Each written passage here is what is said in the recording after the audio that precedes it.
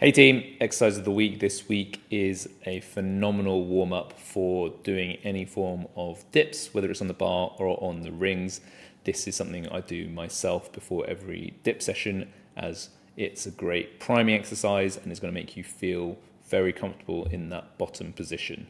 So we've got Fred doing it here, and the principle is we're going to get into the deepest part of the dip and we're going to move the shoulders, move the whole body in all three planes of motion to create length and activation in the shoulder musculature in all three planes of motion.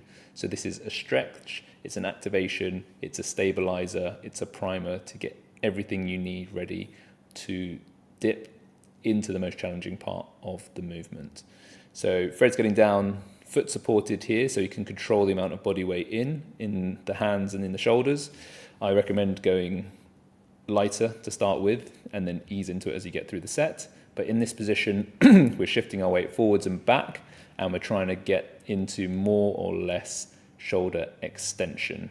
So see how the elbows go back and then forwards.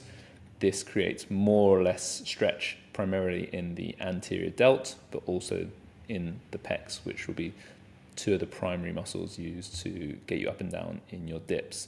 Once you've done that, you're going to shift side to side. So now we're moving into some shoulder abduction as well as the extension. We're essentially moving into all the directions we want to be able to stabilize and not fall too far into. You can imagine if somebody's failing a super heavy dip, they might drift too far to one side. We want to develop the capacity to bring ourselves back to center, which is where we'll be strongest. And obviously how we want to develop the movement, we want it to be as symmetrical as possible rather than just falling into one shoulder where the injury risk will be higher because more work has been done by one side. Finally, we're going into the transverse plane, so we're rotating left and right. Again, this is stimulating internal and external rotation in the shoulder.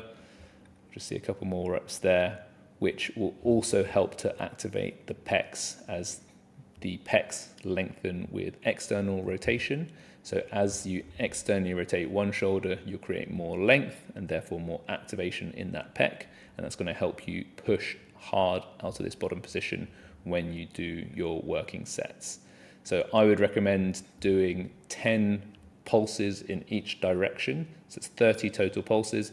It will take you a minute and a half to whiz through this. But if you're doing it at the bottom of your comfortable range, first of all, your lowest point will get lower, so you'll be very comfortable in a deep dip, which is super helpful for muscle ups, but you're also going to feel more activated and strong in that very bottom position. So you're not going to freak out if you fall through the rings or anything like that. You're going to be much more prepared and robust for those moments. So please give this a go, guys. Let me know how it feels in the comments or on the school discussion board.